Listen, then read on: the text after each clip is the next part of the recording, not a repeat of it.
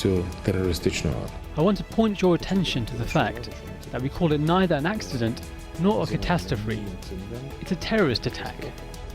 Accident or deliberately shot down in the skies over Ukraine. All 298 people on board Malaysian Flight MH17 are killed. World leaders are demanding an immediate international investigation.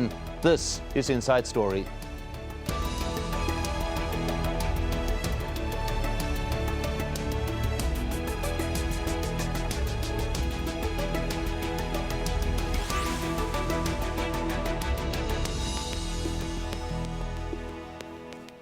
Hello and welcome to the program. I'm Mike Hanna. International investigators are being granted access to the crash site of a Malaysia Airlines jet in eastern Ukraine, a region where a war is playing out at the heart of Europe. And the two sides in Ukraine's civil conflict have been quick to accuse each other of shooting down the passenger plane. Images captured what appeared to be a mid-air explosion, clouds of smoke and debris raining down on the ground. Well, the Boeing 777 took off from Amsterdam at midday local time, heading to Kuala Lumpur. Malaysia Airlines says it lost contact with the aircraft while it was in Ukrainian airspace. The jet crashed near the village of Grabovo in the self-declared Republic of Luhansk, about 50 kilometers from Ukraine's border with Russia. The passengers on board Flight MH17 were from 10 countries. The majority were from the Netherlands, 189 people. There were also 29 Malaysians and 27 Australians. The remainder of the passengers were from Indonesia, the UK, Germany, Belgium, the Philippines, Canada and New Zealand. To our guests in a moment after we hear from Phil Lavelle. So many questions surround what happened to Flight MH17. There were no survivors from this crash, 298 lives lost as this plane travelled over what is effectively a war zone.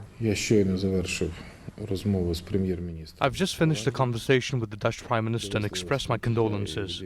On behalf of Ukraine, I have invited professionals and experts from the Netherlands to investigate this terrorist attack transparently. I want to point your attention to the fact that we call it neither an accident nor a catastrophe. It's a terrorist attack. It was high in the sky, a target for only the most advanced of missiles. Both sides blame each other. Ukraine's security agency says it intercepted a phone call between a leading commander of the self-proclaimed Donetsk People's Republic and his fighters. In it, men talk about a downed passenger plane. Да, Саша. Ну что у вас там? Короче, стопудово гражданский борт. Понятно. А этот как, народу много там? Это пиздец. В обломки прямо во дворы падали тут. Вот так вот. Борт какой? Да я еще пока не разобрался, потому что я не был возле основной части. Я только вот смотрю там, где начали первые тела падать. Meanwhile, Russia's defense ministry is saying it picked up radar activity from the Ukrainian-controlled Buk missile system the same day MH17 was shot down. This was a tragedy with innocent victims. The passengers not involved in the war 10 kilometers beneath them, but we are learning more about them as each moment passes. Dutch nationals among those on board, holidaymakers, tourists and HIV/AIDS experts travelling from Amsterdam to Australia for a world conference. This was just the first leg of their journey, a doomed flight whose sabotage has led to a major international incident. Phil Lavelle, Al Jazeera. Well, let's bring in our guests for this edition of Inside Story. Here in the studio is Cedric Layton, a strategic risk consultant and former US Air Force colonel. Joining us from Moscow is Pavel Felgenhauer, a journalist and foreign policy analyst. And in Washington, D.C., we have Lawrence Korb, senior fellow at the Center for American Progress and a former US Assistant Secretary of Defense. Welcome to you all. Let's begin with Pavel Felgenhauer in Moscow. The first critical question, was this a mistake or intent? And if so, who would intentionally shoot down a civilian airliner? Well, I believe no one really wanted to shoot down a civilian airliner. I believe this was a tragic mistake, and very tragic, but still a mistake. there were many Ukrainian military aircraft shot down previously, because in the fighting there that's happening, Ukraine very much relies on air power, and that denying that air power capability is very important for the rebellion to survive.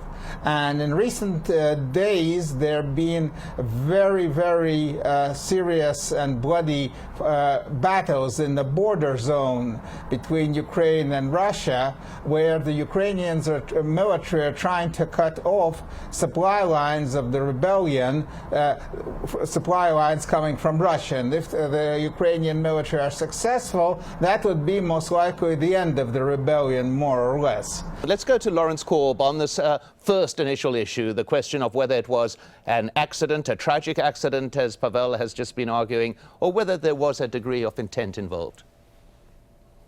Well, I don't think they intended to shoot down a civilian airliner. I think that they probably assumed that it might have been a Ukrainian force, but not too many Ukrainian military planes fly at 33,000 feet. I mean, I think our guest from Moscow was talking about it. You know, I used to fly for the Navy. You never fly any type of military mission at 33,000 feet. And I think the real problem is you gave these very sophisticated weapons to people who just have no sense of how to use them. I mean, it's like giving a drunk a loaded gun, and you expect, you know, them not to use it. And I think that's a real key thing. These weapons should never have been given to these rebels, and these rebels shouldn't even be fighting. I mean, that basically, you know, is an illegal uprising. Well, let's go to Cedric Layton with that particular point. Lawrence Korb saying there that it's like giving a weapon to a drunk. However, it's a very sophisticated operation to fire a missile to hit the target at 33,000 feet. These are people who one would assume have been trained. You would think. Now, but Larry Korb is right in the sense that in order to make these operations actually work, you do need a trained military force to do that. Now, when you look at the question of intent and how they actually used this, it is very clear that they intended to shoot down an aircraft. The big mistake that they made, and I agree with everybody here that it was in fact a mistake, was that they misidentified the aircraft and looked at it as if it were a Ukrainian, probably a Ukrainian transport aircraft. But you cannot do that in this business. And when you have sophisticated weapons like this, you have to be dead certain that what you're targeting is in fact a legitimate military target. And civilian airliners never fall into that category. Well, Pavel Felgenhauer, I'd like to come back to you. The U.S. intelligence services are identifying specifically the missile, saying it was an SA-11 or Buk missile, a Russian-made device. The implication being that these very sophisticated weapon systems are being supplied to the insurgents in eastern Ukraine by Russia. Probably that's what happened. There are some reports that these missiles could actually come from Ukrainian arsenals taken over by Russia in Crimea. There even President Vladimir Putin said that we took over a great arsenal of different Ukrainian anti-aircraft equipment, S-200, S-300, and Buk. So it could have come from there, but of course Russian specialists should have put it into working condition, and some kind of volunteer crew should have gone with it. But what the Ukrainian, these rebels, pro-Russian rebels, didn't have, surely, they didn't have an actual working air control system. They had a missile, they had a radar to fire that missile, but they didn't know what's really happening in the air around them. All the planes were not marked, and that most likely was the main source of the mistake that happened, the very tragic mistake, that there was no air control service that they didn't have. Maybe they could use some information from Russia, but that's not easily kind of, maybe the link was not very good. Well, anyway, this happened, and I'm sure it was not anyone's intent. and now we all have this tragic thing on our hands. Yes, indeed. Well, Lawrence Korb, Vladimir Putin has issued a statement saying that the Ukrainian government must take the blame for an incident such as this for, and I quote, he says, creating the conditions for insurgency in eastern Ukraine. Your view of that statement? Well, again, I think that that's ridiculous. I mean, we've had an election in Ukraine. You have a legitimate government there, and you have people in the eastern part of Ukraine aided and abetted by the Russians who do not want to accept the elections. You know, Putin pulled his troops away for a while. Now he's brought them back, and he's up to 12,000 troops on the border. I hope that this incident will get the Russians to realize that they've got to back off and let the Ukrainians take control of their own destiny and not keep fomenting this insurgency. Well, let's go to Cedric Layton, and staying with the actual technical aspects of this. Once again, U.S. intelligence sources are leaking information that they picked up the trajectory of the missile and the point of impact. However, they say they did not get the point of origin. Now, this seems to be strange. The satellite surveillance should have covered the whole process, should it not? Exactly, Mike. And in general, when satellite surveillance systems work, they do pick up the point of origin. There's a type of intelligence discipline called Measurement and Signatures Intelligence, or MASINT. And what it does is it measures the many different things, but it measures, for one thing, the actual thermal signature off of the missile. Secondly, it can also measure any type of telemetry that is associated with the missile, any type of guidance that would be associated with it. And when it does that, it does so in a very instantaneous fashion. So what is required in a case like this is a pure, complete picture of everything that is available in the air in terms of, being able to actually surveil that. And then you also have to understand exactly where the missile came from. So what they may have done is they may have actually worked it backwards from the trajectory that they saw and produced a mathematical equation that then would allow them to judge where the point of origin was. And then, of course, they could then generally tell where it came from. And from the latest that I have heard, it is actually within Ukraine that the missile was launched, but then that begs the question, of course, exactly what the point of origin for that is. But from what I can see, it looks as if it came from the Russian separatists that are there. Investigation will take a period of time, but immediately there's already been a strong reaction from world leaders to the downing of Flight MH17. Let's hear some of what has been said. The darkest scenario has become true. We have been hit by one of the biggest air disasters in Dutch history. The whole of the Netherlands is in shock by this extraordinary, dramatic event. I want to emphasize that this tragedy would not have happened if there were peace on that land, and in any case, if the military activities had not resumed in the southeast of Ukraine. This is the crime against humanity. All red lines have been already crossed. Everyone is to be accountable and responsible. I mean, everyone who supports these terrorists, including Russian Federation and Russian regime. Well, there we have a litany of criticism, of anger from world leaders, but let's go to Lawrence Korb, and with the question, to what degree is this tragic incident a consequence of failed diplomacy in this region? Well, there's no doubt about the fact that if you had a stable government in Ukraine and you had this insurgency hadn't been going on and you hadn't had Russian troops on the border, this wouldn't have happened. And we've had a lot of chances to deal with this situation ever since the Russians annexed Crimea. We had an election. And after the election, all of the countries in the region should have supported the legitimate government. Instead, you had the Russians still trying to stir up trouble, particularly in the eastern part of the country. And now you have this tragic consequence. I hope as a result of this that Putin will come to his senses and realize that the cost, and the European governments who have been somewhat reluctant to follow the United States in putting a lot of tougher sanctions on, if Putin does not back off, I think you're going to see them join with the United States in putting much tougher sanctions on Russia. Well, Pavel Felgenhauer, the feeling in Moscow, is there the possibility, do you believe, that, as we heard mentioned there, some European nations that had not been thoroughly backing the United States in its plea for greater sanctions could switch position following an tragic incident such as this? Is there a feeling in Moscow that the relations with the rest of the world may deteriorate sharply because of this event? Well, that's very much possible. More or less right now, Russia is kind of falling back into traditional kind of denial, caging in, believing that the world is wronging it, and Russians are being accused wrongly of things they didn't do. I mean, we could have said that, yes, I believe that Russia should come clean and say, yes, a tragic incident happened. Maybe we had something to do with it.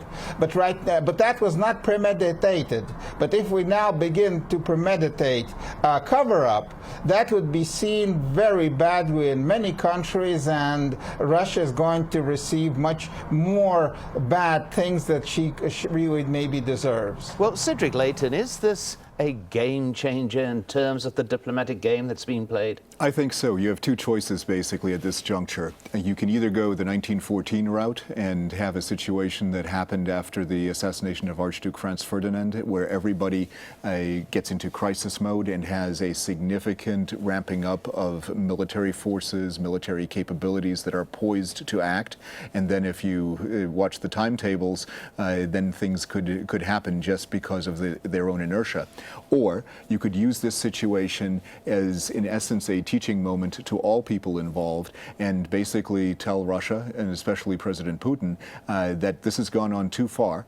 It has gone on too long, and it has become far too dangerous, not only for the people that are directly involved in Ukraine and in Russia, but also for the entire world community. I mean, there's nobody more distant than Malaysia from these troubles. And for Malaysia to be directly affected by what's going on in Ukraine is really something at this point. And that is where the world community will need to come together and really solve this issue before it gets out of hand. Well, Pavel Felgenhauer, I want to pick up on what you were talking about a short while ago in terms of the defensive posture that has been the default position on numerous issues by the Russian administration and by Putin's government.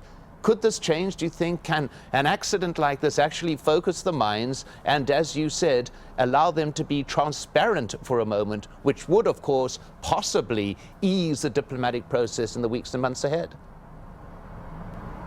Well, there may be such a possibility, but the instincts of the Russian bureaucracy would be to go for secrecy and denial. That has been the posture of Russian bureaucracy for centuries, actually. So I don't think that this is going to really change the basics of what's the situation in Ukraine. Russia is right now not ready to fully, openly invade Ukraine to support the rebellion, but does not want the rebellion to collapse. That means most likely there's going to be more covert Russian military involvement, unidentified planes, missiles, and like this one, when no one says, no one knows, sort of, from where the missile came. And Russia wants really to keep this rebellious entity, the Novorossiya, alive. Its total defeat is not acceptable. And so this will not change that fact. And I don't think that we're in the kind of August, July 1914 situation. Then there was mobilization plans that actually, when mobilization began, war became inevitable. Right now, armies are very different. There is no need or any plans for mass mobilization. That means we can kind of step on the verge for a very long time without actually going into a major military confrontation. Well, Charles, Cedric later, let's look at it from the other side. It may not produce an immediate public impact on Russia. However, as we've been mentioning, the international opinion would have changed fundamentally now. All those who are sitting on the sidelines are not anymore. That's right. And the reason they're not sitting on the sidelines is because it can affect them. As we go through our global village here, as we live our lives, conduct our businesses, and do all the things that are out there, the impact is very, very great. I myself have flown over this region of the Ukraine on the way to Qatar. I have flown over Iraq, I have flown over Syria, I've flown over Iran. These are all areas where these things can happen, and because anybody can be affected by it, the world community is going to say, we cannot tolerate this kind of behavior if we manage it correctly. The way it would work it won't be exactly analogous to 1914, but what can happen is if everything falls into place where the regime of air traffic is not sustained, is not controlled in a way that's acceptable to commerce and to our ability to move around the globe freely, then there's going to be a significant diminution not only in our ability to interact with each other, but in the global economy as a whole. And when that happens, that's when the danger alarms will sound. And it's going to be a very, very dangerous time if we can no longer act freely the way we've become used to acting freely. Well, Lawrence Korb, there has been reaction from the U.S., from the U.S. Secretary of State, but other than that, it's been anonymous sources, leaks coming out of intelligence departments, and there hasn't yet been a public statement from the U.S. president, a man who actually imposed new sanctions against Russia just some 24 hours ago. No, there hasn't, but I think what's going to happen is you're going to have this investigation, and hopefully the Russians can persuade these Ukrainian rebels to turn over the black boxes and everything so we can have an international investigation. And I think at the end of that investigation, which I assume is going to show, because our intelligence is pretty well certain, that it was, fired by the Ukrainian rebels, and it was a Russian-made missile. I assume that then they will say, unless you back off, we're going to put more sanctions on, and now you'd have the global community behind you. I mean, the UN Security Council is meeting to discuss this today, so this is a global issue. This is no longer an Eastern European, type of situation. Well, I want to put that to you, Cedric Layton. Is Russia the type of country that will actually respond to it? Or, as we heard from Pavel Felgenhauer, the denials will continue? I think it depends on who wins in the Russian bureaucratic battles. Pavel Felgenhauer is absolutely right that the tradition of Russia has been to deny, obfuscate, and move into an area where you cannot see the truth. But in this particular case, they have two choices. And the choice is either you go for greater openness and a more interconnected relationship with the rest of the world, which would mean eventually a reduction in sanctions, or you continue to obfuscate and go the traditional route, and that then would mean that sanctions would not only continue, but they would get worse. So Russia has a choice to make, and it's up to them to do that. Well, Pavel Felgenhauer, very quickly, do you think Russia's capable of making that choice? Is it capable of seeing opportunity in what has been a tragic, tragic accident? I'm afraid that right now the public mood in Russia and in the Russian elite is to brace ourselves for possible more sanctions and fight them. Actually, an investigation that everyone's talking about on the spot, forensic investigation, would be very hard logistically to perform in a war zone. Actually, to impose a ceasefire in the area would be very, very tricky logistically. So there's going to be lots of wrangling. Even if there's political will to do something, there'll be lots of wrangling on the ground about where the black boxes go, who gets what, and there'll be accusations pushed around. There'll be lots of ill feeling, which does not seem good for this to become a foundation of a new rapprochement between the East and West. I think it's like the Korean airliner Boeing in 1983 will lead to even deeper lines of separation between East and West. Well, remembering too the 298 people killed and their friends and families. At this point, my thanks to our guests, Pavel Felgenhauer in Moscow, Lawrence Korb in Washington, D.C., and Cedric Layton here in Doha. And let us know your thoughts. You can leave your comments on facebook.com/AJ Inside Story or go to @AJ Inside Story on Twitter. I'm Mike Hanna. Thanks for watching and goodbye for now.